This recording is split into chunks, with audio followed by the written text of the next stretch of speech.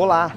Hoje, na faixa Território Aberto da E-Paraná, você vai assistir a mais uma edição do programa Um Escritor na Biblioteca, realizado em parceria pela Biblioteca Pública do Paraná e pela E-Paraná TV.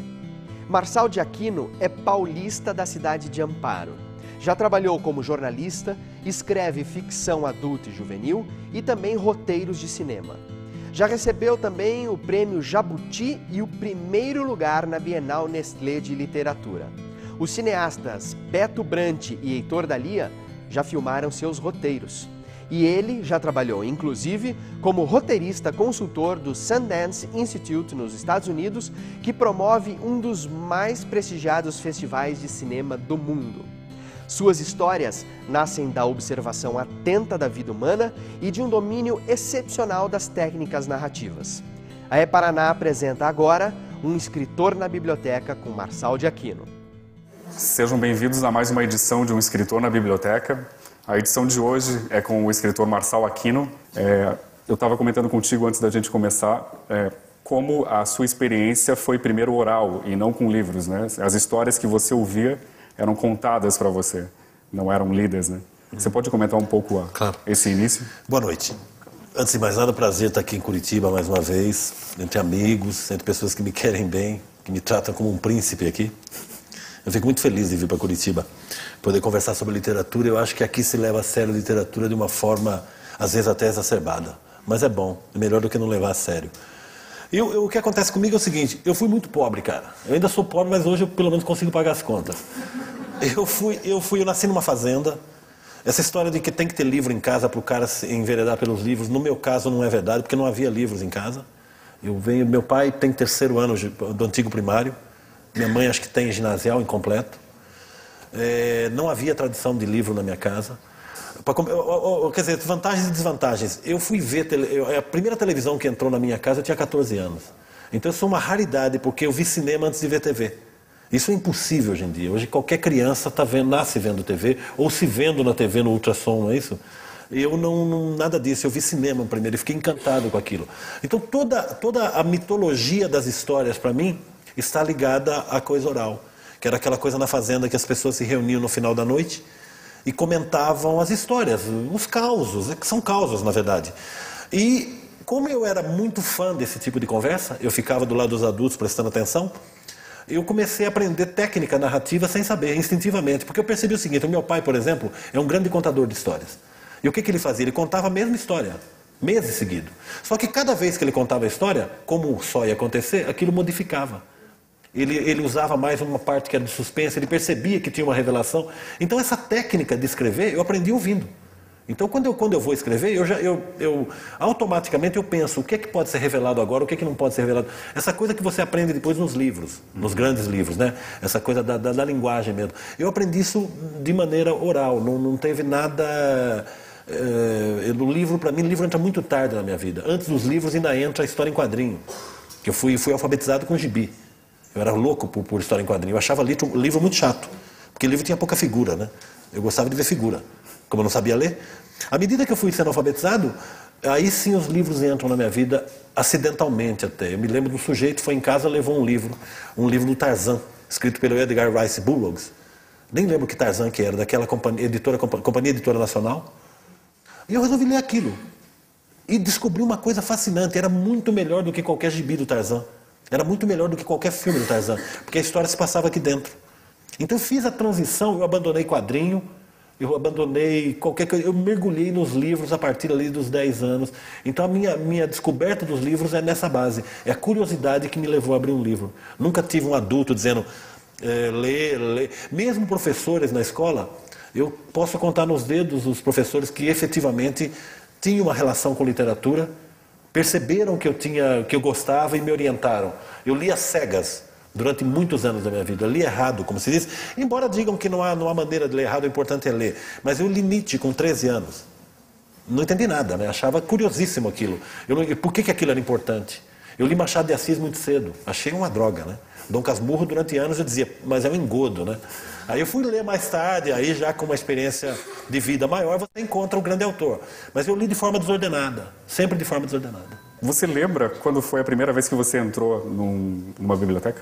Sim. Que idade você Nunca tinha? vou esquecer. Porque começa que eu menti a idade. Quando eu preenchi a ficha, eu pus uns anos a mais, que é para poder pegar os livros que eram proibidos. Sabe? É a Biblioteca de Amparo, que tinha um acervo, eu acho que eram 13 mil livros que eles tinham na época. Lá é uma biblioteca bacana. Não sei como é que ela está hoje, mas para mim aquilo foi fundamental porque eu não tinha dinheiro para comprar livro. E eu queria ler. Eu precisava desesperadamente ler. Então eu fui aquele cara realmente rato de biblioteca. Houve momentos em que havia a figura do bibliotecário que me orientava. Ele via que eu gostava de um determinado autor, ele dava outro. Mas tinha momentos que você chegava lá e olhava aquele... Para mim era um supermercado aquilo. Você olhava e dizia, pô, posso ler tudo. E aí você vai descobrindo. Quer dizer, eu continuei dentro dessa coisa. Eu entrei a primeira vez numa biblioteca em Amparo, eu tinha 11 anos. E outro dia o cara da biblioteca me mandou as minhas fichas de presente. E aí eu pude ver o que eu andei lendo naqueles anos todos. E aí você vê que eu era um leitor onívoro. Porque eu lia filosofia, eu lia poesia, eu lia prosa, eu lia policial. Eu não tinha uma linha de leitura. Eu não era orientado para um lado só da literatura. Eu acho que isso me tornou um leitor sem preconceitos. Um leitor que pegava o livro e, para saber se era bom mesmo, tinha que ler. Alguma coisa chamou tua atenção nas tuas fichas de leitura? Algum título específico? Até um momento que eu descobri o Raymond Chandler, aí eu li todo o Raymond Chandler. Por sorte, a Biblioteca de Amparo tinha esses livros. Aí eu fui ler os policiais, aí eu fiquei anos lendo policial. Sabe? Aí lembro quando eu li Moby Dick. Eu lembro exatamente quando eu li Moby Dick, porque eu lembro que eu estava na escola, eu torcia para terminar a aula logo, todo mundo queria jogar bola, eu queria ir para casa terminar de ler o Moby Dick. Eu estava encantado com aquilo. Então tem assim, alguns momentos, alguns livros que foram muito marcantes na minha trajetória. Alguns escritores ou leitores, eles me parecem ter ou eles falam sobre isso, sobre como a biblioteca tem um espaço sacrossanto, né? Como se entra numa biblioteca, como se entra numa igreja, como o respeito pelos livros ou aquele cuidado excessivo com os livros. Você me parece não teve muito isso. Ou a tua relação com a biblioteca era uma coisa de reverência? Não, para mim a biblioteca era um lugar onde tinha coisa que eu gostava, que eram livros. Eu me lembro que a maioria das pessoas ia a essa biblioteca por conta dos jornais. As pessoas iam ler jornais, porque a biblioteca disponibilizava todos os jornais do dia. Então as pessoas iam ler jornal, lá eu ia atrás de livros.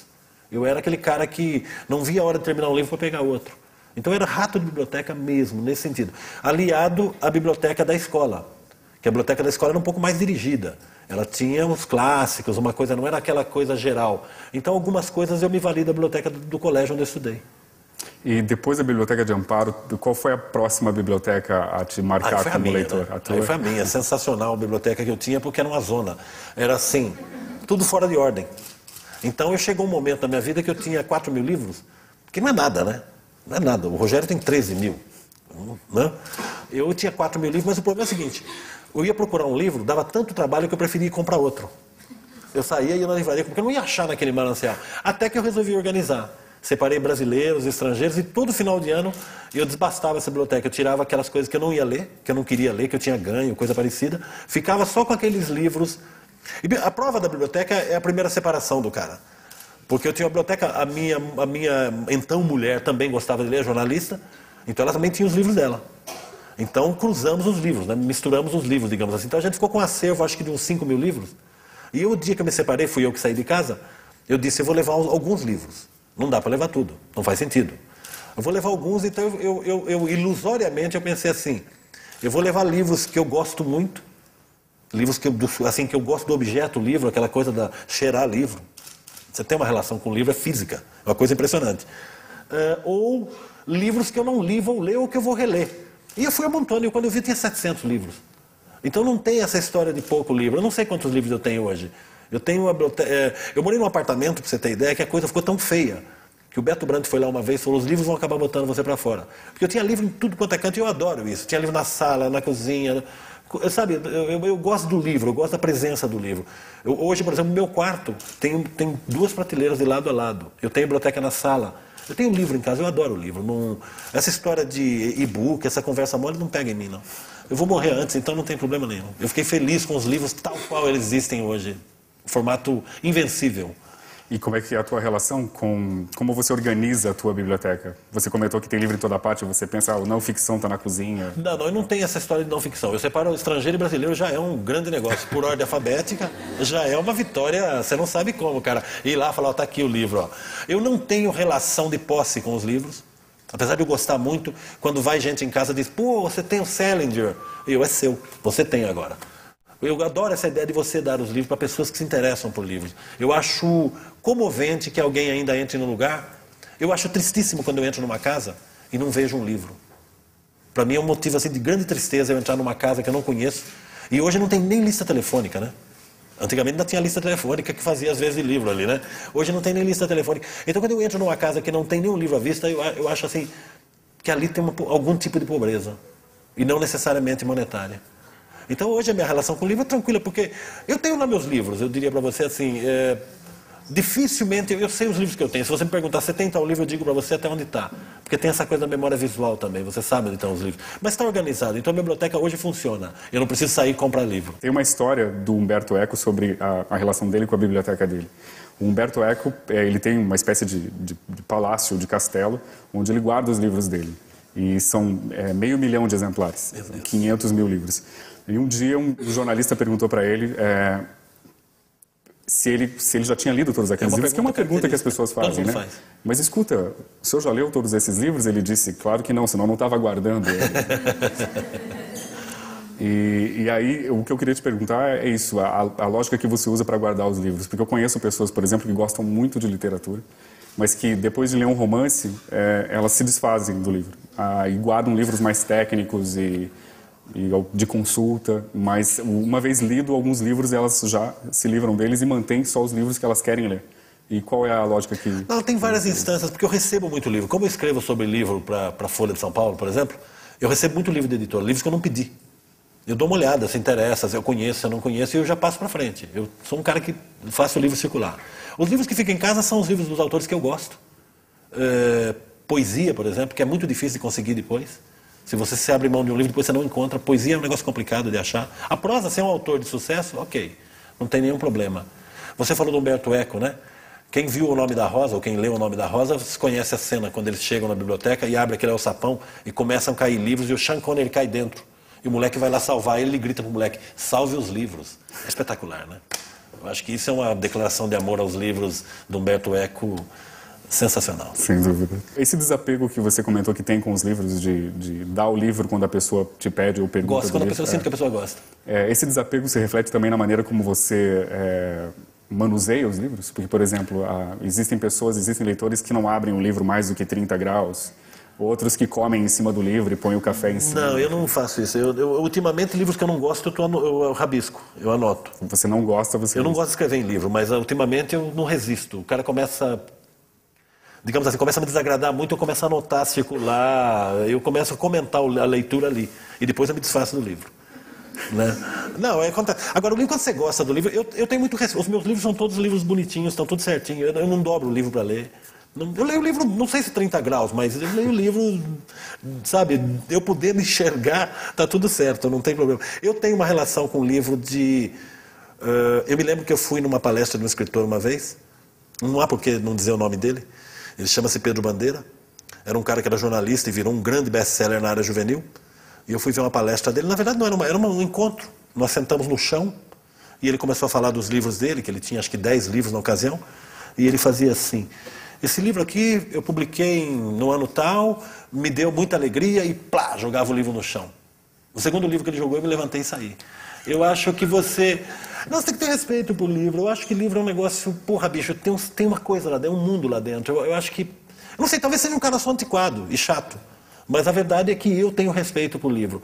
Eu tenho uma filha, tem 18 anos hoje, vive comigo, ela nunca rabiscou um livro. Desde muito nova ela via aquela biblioteca, ela nunca teve essa coisa de arrancar capa. Ela passa hoje 18 horas no computador, mas tem um horário que ela senta e lê o livro convencional.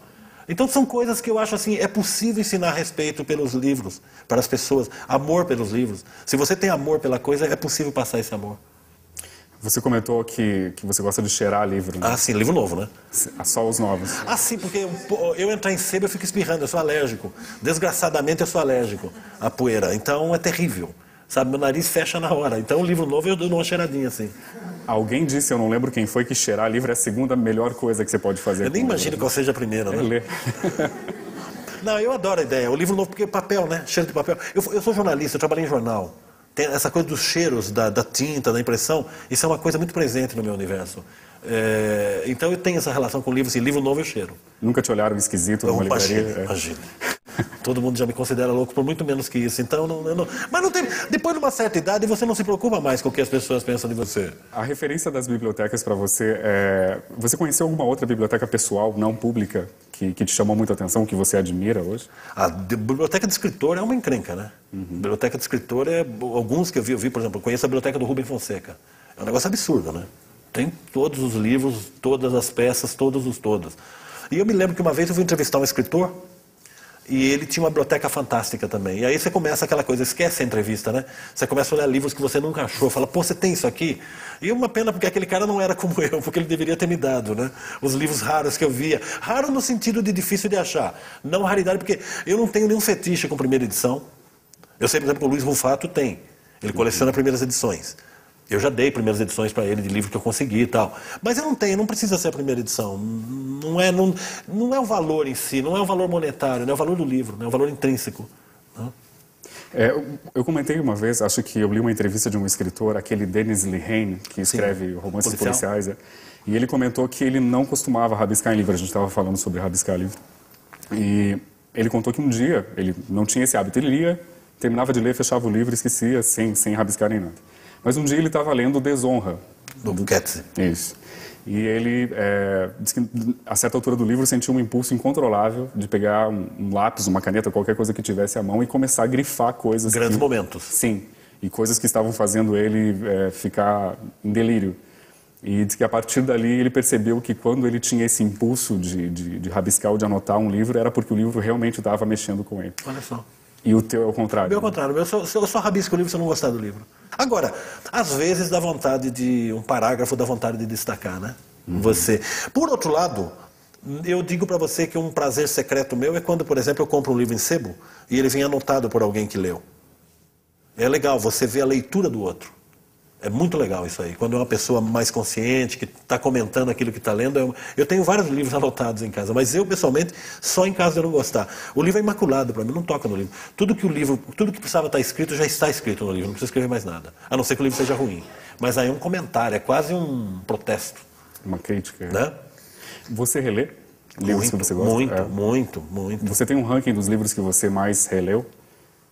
Não tem um ranking, mas tem alguns livros que eu li muito. Li muito. Por exemplo, Onetti, o Juan Carlos Onetti. O Estaleiro eu li 5 vezes. Deixa eu ver. O Graciliano Ramos, acho que é o caso mais radical. O São Bernardo, eu acho que já li umas 10 vezes o São Bernardo. Tem época que eu fico relendo. E o curioso é que você tem uma definição do Calvino, né? Que se aplica perfeitamente a isso. Pode achar tara, né? Eu tinha uma namorada que ela me viu relendo o Onetti. Ela falou, você está lendo esse livro de novo? Eu falei, não, estou lendo pela primeira vez. Porque o Calvino fala isso, né? O clássico é aquele livro que quando você lê pela primeira vez, você tem a impressão que já leu. E quando você retoma esse livro para reler, tem sempre a sensação de que é a primeira vez. E o São Bernardo é assim para mim. Cada vez que eu vou ler o São Bernardo, eu falo, mas como é que eu não li isso aqui? Não é que você não leu. A sua mirada é a mirada daquele momento. Até porque a gente vai mudando. Eu tinha outra idade, eu tinha outras expectativas, eu tinha lido outras coisas. Eu acho que assim, a verdade sobre um grande livro é que ele nunca termina de ser lido. É parecido com poesia, né? Poesia você nunca termina de ler. Não dá para dizer, li o Drummond. Eu leio o Drummond. E o livro de prosa, quando ele é magnífico, você citou um Desonra. Eu acho que o Desonra é um dos grandes romances que foi publicado nos últimos 30 anos no mundo. Eu acho um grande livro. É um livro que eu já reli. Eu quis ver como é que era. Aí você vai... E para o escritor tem um outro negócio também. Mesmo que não seja essa a intenção... Quando você vai reler um livro e você já está a par da trama, do desenvolvimento, da linguagem, você relê para aprender. É muito isso, até meio instintivo. Você fala assim, você incorpora coisas. Eu acho que com um grande escritor, um outro escritor aprende. Sempre está aprendendo. Quando você está lendo, você está aprendendo. O aprendizado de escrever não acaba, né? Nenhum escritor poderá sentar e dizer, eu sou um escritor pronto. Esse escritor estará morto, então. Porque nunca acaba esse aprendizado. Eu fico fascinado com as coisas que eu vou descobrindo relendo. Porque aí você lê sem preocupação com trama. Você relê pelo prazer. Eu releio pelo prazer. Obviamente eu releio livros que eu amei e que amo. Eu não releio coisas que eu não entendi. Aí deixa pra lá. Melhor.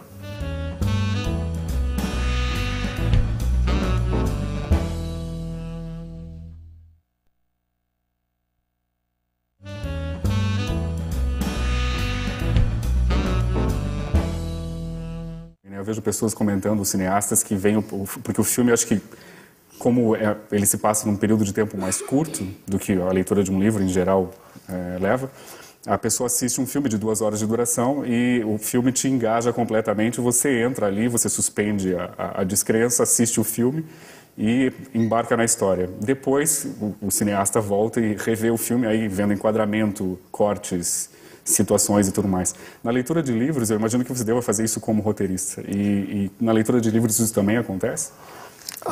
Não, mas eu não fico de olho na técnica, porque o grande escritor ele não mostra a técnica também, não é tão evidente, você não vê os andaimes. Eu acho que um livro mal escrito ficam todos os andaimes lá que o cara construiu. Você vê, o escritor se repete. Eu estava lendo o James Woods, o cara do Como Funciona a Ficção, e ele faz um comentário muito engraçado, porque eu já flagrei escritor que usa a mesma imagem em 2 livros. Ele gostou tanto daquela imagem que ele usou em 2 livros. E eu, na ocasião, fiquei assim, nossa, que repertório pequeno, né? E, na verdade, não é. O James Woods fala um negócio, quando você usa um negócio desse, é consolidação de estilo. Eu falei, perfeitamente, exatamente. É tão bom que é dele, ele pode usar quantas vezes ele quiser.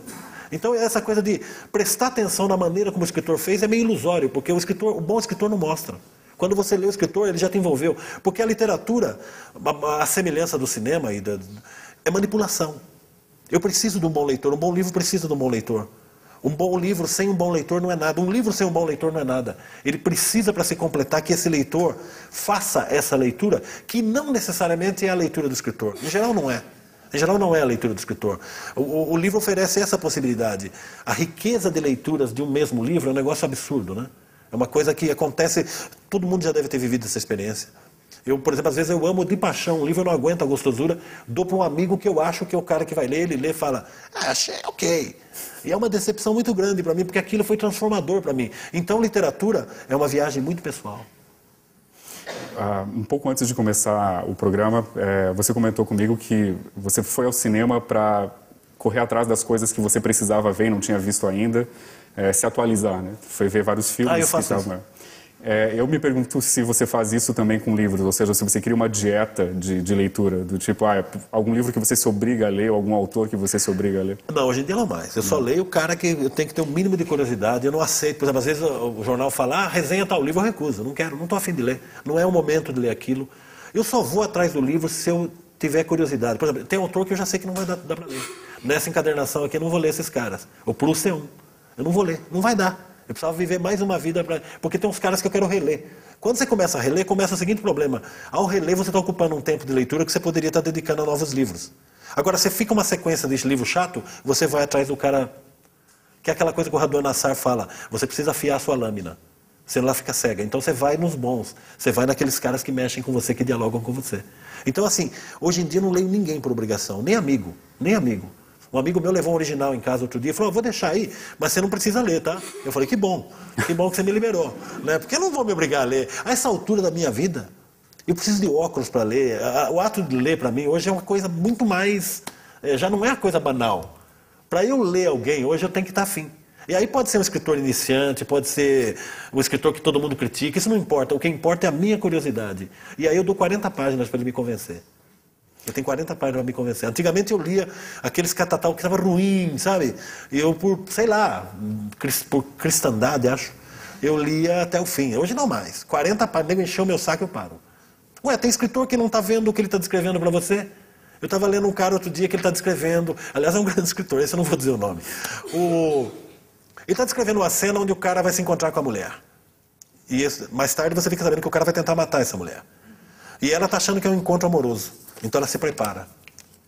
Ela bota o melhor vestido que ela tem, se perfuma, toma banho, ele descreve isso minuciosamente. E aí ela sai com o cara. E no meio do carro, o cara tenta atacá-la, e ela sai correndo do carro, é perseguida, ela cai e rasga a calça no joelho. Eu disse, mas ela não estava de vestido? Voltei. Falei, o autor não está vendo o que ele está descrevendo. Ué, desculpa, gente, continuidade não é só no cinema. Eu, quando estou escrevendo... Eu tiro por mim, eu não poderia falar por outros escritores. Cada escritor escreve de uma maneira, lógico. Tem até as idiosincrasias pessoais de cada um. Mas eu, quando estou escrevendo, eu estou vendo o que eu estou escrevendo. Não importa se eu não preciso... Eu sei a roupa que o personagem está vestindo, embora eu não vá descrever a roupa. Eu olho para ele e sei como é o rosto dele. Eu acho que acontece com todos os escritores. Então, assim, o mínimo de atenção naquilo que você está fazendo, você está dentro da história. Esse é o escritor que eu respeito, que está lá dentro, isolado do mundo. O mundo exterior se perdeu. Eu, quando estou escrevendo, eu abstraio o mundo ao redor. Eu sempre digo, eu ponho música para ouvir lá, mas eu não ouço. Se você me perguntar o que está tocando, eu não ouço porque eu estou dentro do livro. É apenas uma coisa para você não se sentir tão sozinho. Agora, tem escritor que não, tem escritor que parece que faz as coisas meio assim. Eu gosto da ideia de que o escritor está comprometido com aquilo que ele está escrevendo, de forma que ele está vendo aquilo que ele está descrevendo. Você se aventura a reler ou retomar os seus próprios livros? Não. Eu só releio por uma razão muito simples. Eu tenho um trauma. Meu primeiro livro. Primeiro livro é primeiro livro, né? Então eu fiquei esperando o livro sair. Então quando o livro sai, você cheira, vira no avesso. E eu abri ao acaso e vi lá no meio assim, ela tinha. E eu tenho problema com cacofonia. Eu sou jornalista. Eu falei, como que passou esse ela tinha? E aí eu fiquei com ódio do livro. Primeiro livro, já fiquei com ódio do livro. E para piorar, eu fiz uma noite de autógrafo e eu tenho um amigo jornalista que chegou e falou assim, sabe o que eu gosto em você? Você tá nem aí para linguagem, né? Tem elatinha no seu livro, né? Eu tenho elatinha no meu livro. Então, a partir daí... Porque isso acontecia no jornal. Você escreve no jornal... Eu fui revisor de jornal. Tempo que o jornal tinha revisão. É horrível você abrir uma página que você revisou e você leu mais de uma vez. E tá lá o erro, ele brilha em neon, né? Saudade com C cedilha, assim, aquela coisa, né? Cachorro com X, né? Você fala, como é que pode isso? E passa, gente. É humanamente, né? Uma atividade irregular. Só que, então, eu tento escapar disso. O problema de reler os seus livros é que você tenta reescrever. Aconteceu comigo. Eu fui, a pedido da COSAC na IFE, eu lancei uma antologia dos meus 2 primeiros livros de contos. E quando eu fui mexer com os contos, imagine, não era nada daquilo. Eu comecei a reescrever. Só que eu pensei, não tem graça se eu fizesse. Não vai ser o escritor lá de 20 anos atrás. Então eu publiquei tal qual estava, com ela tinha, toda aquela coisa. Mas eu evito reler. Eu só releio quando eu vou adaptar para o cinema. Aí eu sou obrigado a reler mais de uma vez até. Mas caso assim, por diletantismo, nem a pau. Eu tenho medo de abrir um livro e achar um ela tinha lá no meio. Porque eu achei que a distância de tempo mesmo, de anos, te daria a... Seria como se você estivesse lendo um livro de outro escritor. E de certa forma é isso, não? Olha, mais ou menos. Sabe como é que eu vejo? E isso me consola. Eu olho certas coisas e digo assim, pô, olha que fracasso, né? Uma coisa assim que você não gosta hoje, uma resolução que você não faria, uma imagem que você não usaria. Mas eu sei que eu não estaria aqui se eu não tivesse passado por ali. Aquilo era um passo, não dá, o escritor não dá saltos. Ele tem que passar pelos livros, todos eles que ele precisa escrever. Não sei quantos são. Não sei quantos livros de verdade deixam um escritor feliz. A gente, para uso público, a gente diz que livro é igual filho, a gente gosta de todos por igual, mas é mentira. É mentira, a gente não gosta de todos por igual. Pelo menos no meu caso, eu não gosto de todos por igual. Mas eu reconheço a importância de cada livro. Eu sei que eu não chegaria no terceiro se eu não tivesse feito o primeiro. Eu não chegaria no quinto se eu não tivesse feito o terceiro. Não dá para passar por aquilo. Tudo é aprendizado. Você tem aquilo de que o teu livro favorito é aquele que você ainda não escreveu? Ou você tem algum eu adoraria favorito? isso, mas como eu não sei que livro... eu não sei se ele é meu favorito, não. Eu gostaria muito de pensar assim, porque eu gosto o livro que eu estou escrevendo é o livro que mais me envolve, obviamente. Mas não chega a ser aquela coisa de... Não, o meu favorito não é, não. Dos publicados, você tem algum predileto ou não? Não. Também não? Ah lá, menti. Eu estava pensando, alguns leitores... Às vezes as pessoas perguntam, né, como que é a rotina de um leitor, né? Eu comecei a perceber, conversando com pessoas que leem, que gostam de ler, que muitas vezes as pessoas carregam consigo livros o dia inteiro. Uhum. Então, assim, onde normalmente as pessoas não levam livros, um leitor leva. Certo. E qualquer tempo que essa pessoa tem, ela está lendo, está folheando o livro, nem que seja para ler 2, 3, 5 páginas, não importa. E que nesses picadinhos, nessas páginas, aos poucos, eles vão avançando na leitura. Você tem algum sistema de leitura? Você carrega um livro consigo ou você gosta de parar, ler? Não, eu não carrego o livro comigo. Dificilmente.